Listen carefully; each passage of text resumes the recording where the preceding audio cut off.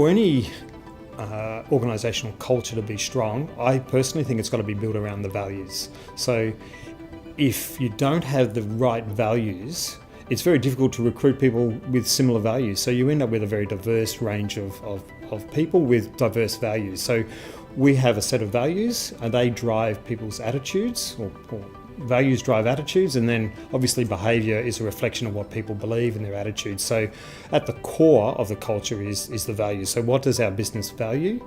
They're important to us and they are central to the culture that we want to develop here. The values are reflected, I think, in how people act. I mean, that ultimately it's you don't look at someone and say, oh, you're acting sustainably. You have sustainability as a value, and then you look at how people are acting and what they do within the business. So you look around the business and to see what are people doing, how are they acting, what are they doing, what are they putting their efforts into, and are they doing the right thing, I guess, by the business. So.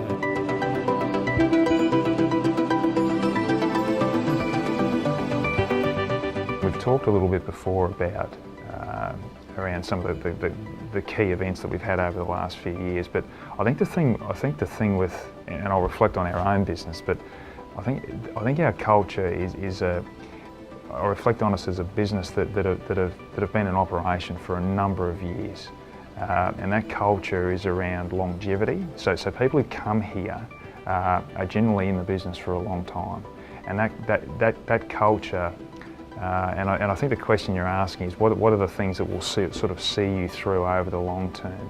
And I think that's, we don't tend to recruit people who are the fly-by-night type individuals. We will actively go after people who want to be in this business and grow with the firm over a number of years.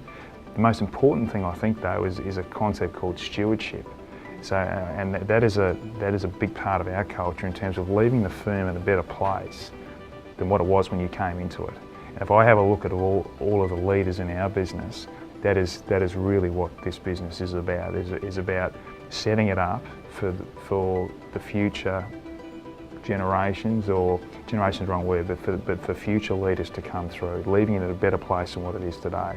So if I had to say something that is important to a culture, it's that, and it really is around stewardship.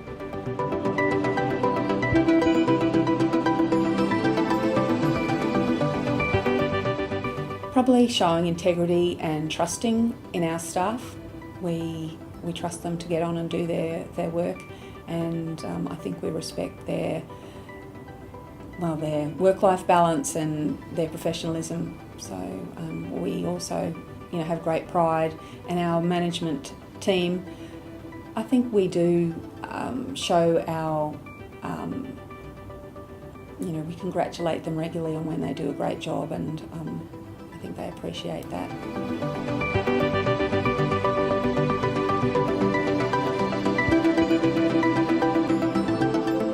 I think a desire to serve.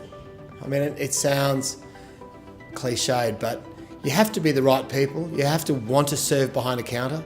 I've always found it very easy to be happy when someone was handing me money, but really it goes more than that. I think for me, I mean, I was a lawyer where you only deal with people who are grumbling. No one's ever happy. Whereas now I get behind a counter, I make the very best cup of coffee I can for $3.95, and I sell it to someone and it changes their day. And for me, that's great.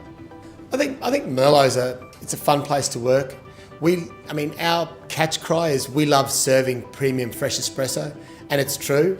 It's we because we're a team. We love it because we're passionate.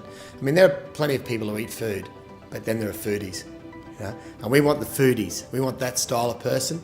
So we want people who love serving premium fresh espresso. We work hard to get the very best coffee we can, because I wasn't going into this business unless we can get the very best. I think we've done that. We roast every day, and our coffee shops get coffee delivered daily. It's roasted within 24 hours. That's important.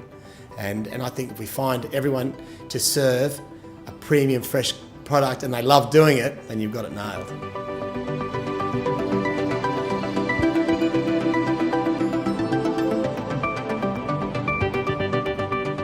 Trust is the basis of every strong organisational culture.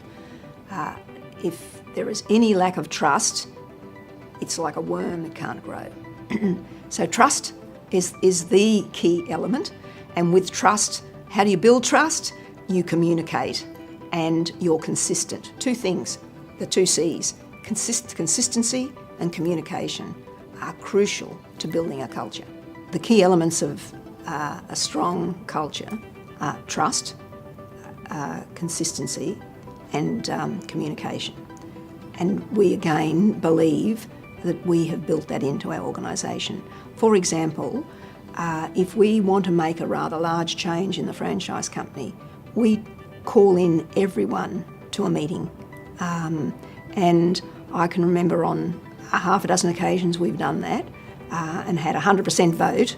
It's because, number one, they trusted us, number two, we communicated, and number three, they knew we would be consistent in the follow-through.